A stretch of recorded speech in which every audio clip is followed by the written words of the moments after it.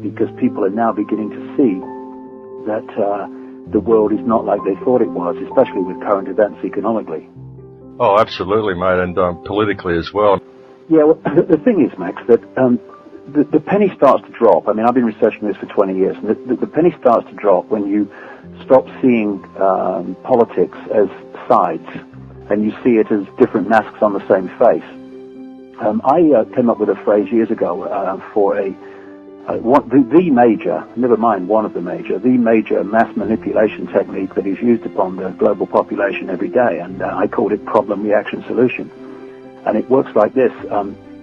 You want to change society in a way that you know that if you announce openly what you want to do, you're going to get a massive reaction against it from the public. So you don't do that. You don't announce it openly. You play problem, reaction, solution. Stage one, you create a problem covertly. You blame someone else for it or something else for it. It could be a credit crunch, it could be a war, it could be a terrorist attack, whatever. You then tell the public through an unquestioning mainstream media the version of that problem that you want them to believe. And what you're looking at stage two for is the reaction from the public, fear, outrage, and basically do something, this can't go on. And then you can then openly go to stage three, which is to offer the solution in changes in legislation, etc., solution to the problems that you have covertly created, and thus you change society in a way that you would have got massive resistance for without the problem, in a way that people say, well, this is the only way, or something must be done, we don't like it, but something has to be done about this situation. And talking of Obama, what we're looking at here is a presidential version of problem, reaction, solution. You had the Bush regime go in under the heading of Republicans, and their job was to create the problems. So they went on their foreign wars in Iraq and Afghanistan on the back of an allegedly terrorist attack by 19 hijackers who couldn't fly Cessnas but somehow manifested the ability to fly wide-body jets in ways that were fantastic. Even professional pilots will tell you that. That's a nonsense, but that was a problem, 9/11, which allowed them to offer the solution, which was the invasion of Iraq on the back of that, in effect, but certainly the invasion of Afghanistan, and the war on terrorism, which has allowed them to justify taking basic freedoms away and introduce more and more this global Orwellian state. So the Bush regime went in there and they created all those problems. What's happened now is the guy with the smile, who seems hardly able to say anything unless the teleprompter's running.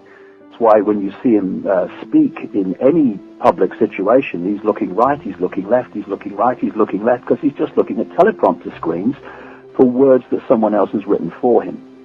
He's a used car salesman. His job is to go in on the back of the Bush-created problems and offer the solutions. And these solutions are, you're absolutely right, to push on an agenda for more and more centralization of power.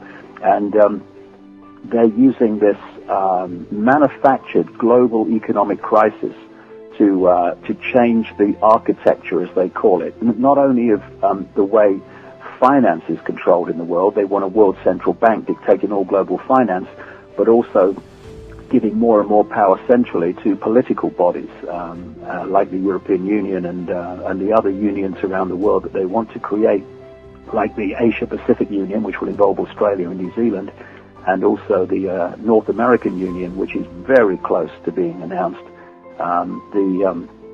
The European Union style absorption of Canada, America, and Mexico in terms of one currency and centralized political control. Yeah, well, it's just getting, it's almost too blatant now the way they're doing it. I mean, I actually saw in the G20 summit where they virtually announced the New World Order. Obama, in a speech in Pride the other day, said that what we need is a global regime, which I found a little bit blatant. So it's almost, well, I don't know how people aren't seeing this, but I think more and more people are actually waking up all the time. Yeah, the thing is, it's very simple when you look at it in terms of what's happening. there are coordinates, and the three coordinates are, or the two coordinates, but they break down in three parts. The two coordinates are, where do they want to take the world, and secondly, what are the techniques used to take us there? So, first of all, where do they want to take the world?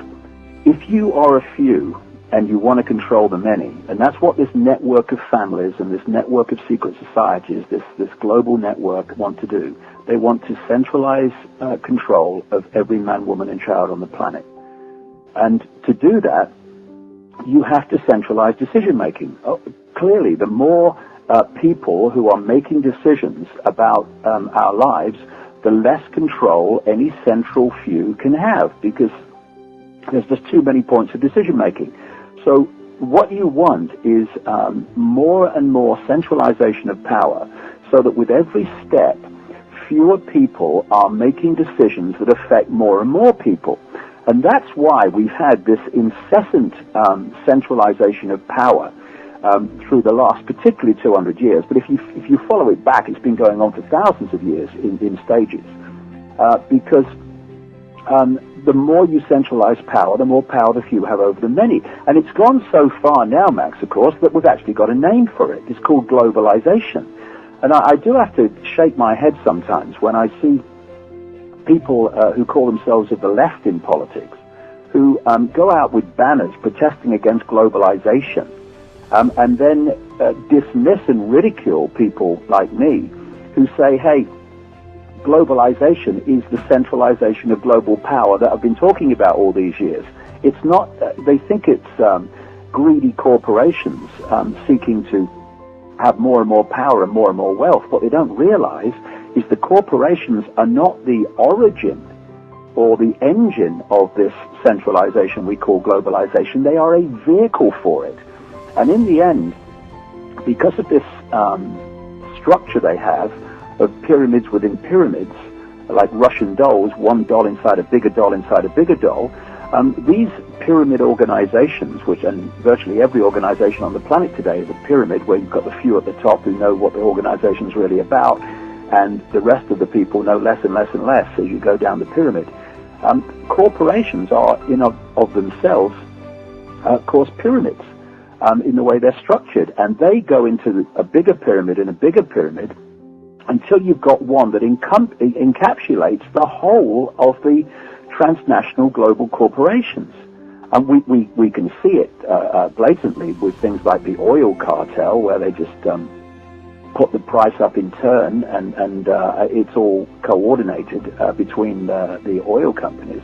But that's just one level of it. All the corporations operate like that, and in the end, all the corporations are controlled by the same force. It's like when you can go down a high street and you can see all different names that appear to be different shops. But when you look at who owns those shops and the holding companies, you find that there are apparent stores that are competing in the high street that are actually owned by the same holding company. So that's how it all works. And in the end, you've got a handful right at the peak of the pyramid of interbreeding families that go back a long way, who are sitting atop the pyramids of the global corporations, global politics, global pharmaceutical industry, global media at ownership level, and they're orchestrating this globalization, this new world order, this Orwellian global fascist state through two other coordinates. One, problem, reaction, solution, which I talked about, create the problem and offer the solution. And the other one is what I call the totalitarian tiptoe. And that is that you're at A and you know you're going to Z, but you know if you go in too big a leap, the change in society is going to be so great that people are going to look up from the game shows and they're going to say, hey, what's going on? What's going on? So you go not from A to Z, you go from A to B, B to D. You go in as big a leap as you can, but not so big that you get too much of a reaction with people seeing that something strange is going on. But again, you're absolutely right, Max, that it's now reached the point where it is so blatant, and it's happening now so quickly. I mean, it's not the totalitarian tiptoe anymore, it's totalitarian sprint. that more and more people can do little more than see that the world is changing extremely rapidly, and it's doing so not through random events and, well, it's just the way the world is. It's coldly calculated. Oh, very much so. I mean, they seem to be escalating it very much, I think, because people are waking up. I mean, they are getting an enormous backlash from people. I've been talking to people for a long time about non-compliance. I released the film, Fight the New World Order, the global non-compliance. People don't seem to realise that the only way they get away with all this stuff is because we comply with it. We just let them do it. You know, all these laws they put in place. One statement you said that I heard, which I thought was fantastic, about people putting their wheelie bins out in England. I thought that was brilliant. Everyone should put their wheelie bins out every day and just not comply with the law. The way they did with the poll tax in England. People just didn't pay it, so they had to withdraw it. But they only really get away with this because we let them. Well, that's absolutely right. And, you know, one of the things I've been talking about, particularly in the last few months, is what we have. We've just had it in Britain at the G20 summit, in the days of that in London, where the streets of London were full of protesters who were, kept away from the places of the meeting and etc. by loads of police and what they call in America SWAT teams and all the rest of it. And you had these protests, but we've had protests for decade after decade. We've had protests about the invasion of Iraq, but Iraq was invaded. We've had protests all the time, every year, about globalization, but globalization goes on getting quicker. We have protests about world poverty, but world poverty goes on getting worse. And what we really need to do is stop protesting, because what happens is you have the protest, and then people feel good about, well, I've had these say, I've protested, let's go down to the bar and feel good about ourselves. And then what happens? What they've been protesting about happens anyway. And you're absolutely right. The key power we have is not complying with our own enslavement. If you had to bring this down to the people that, in full knowledge in this world, were manipulating us towards this Orwellian global state, it would be a relative handful. And the people who are being manipulated are now closing in on 7 billion. I think I see a way out of this. And this is why divide and rule is so important in this modus operandi of this elite. They manufacture and exploit the fault lines of religion, of race, of income bracket, of nation, etc.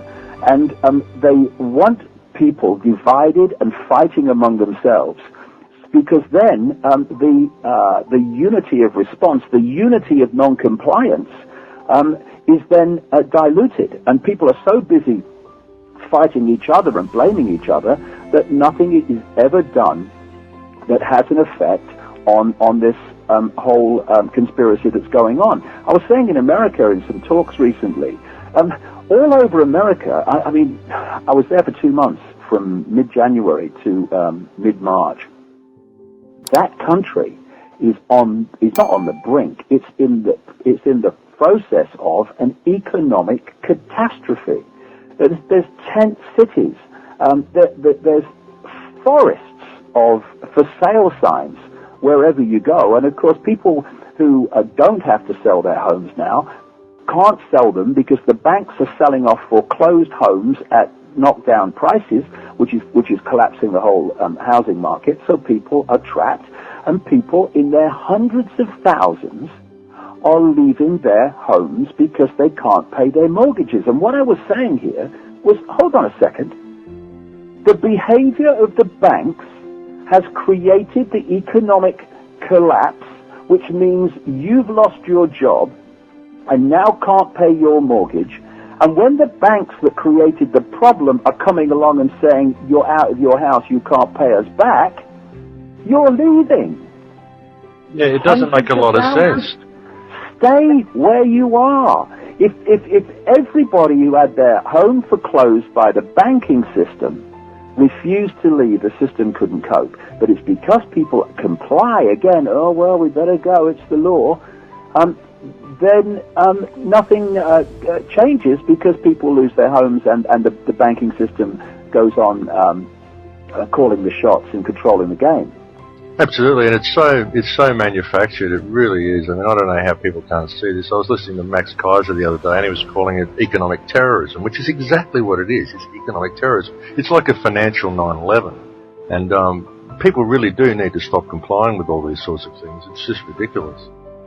If we together, in any significant number, stop complying with our own enslavement, the house of cards will fall.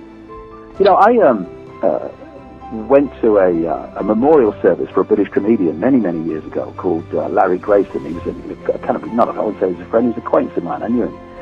And there was another comedian there who told this story that Larry Grayson had told him, where Larry Grayson was in an all-male show going around the halls and theatres of Britain many years ago, back in the 50s, 60s.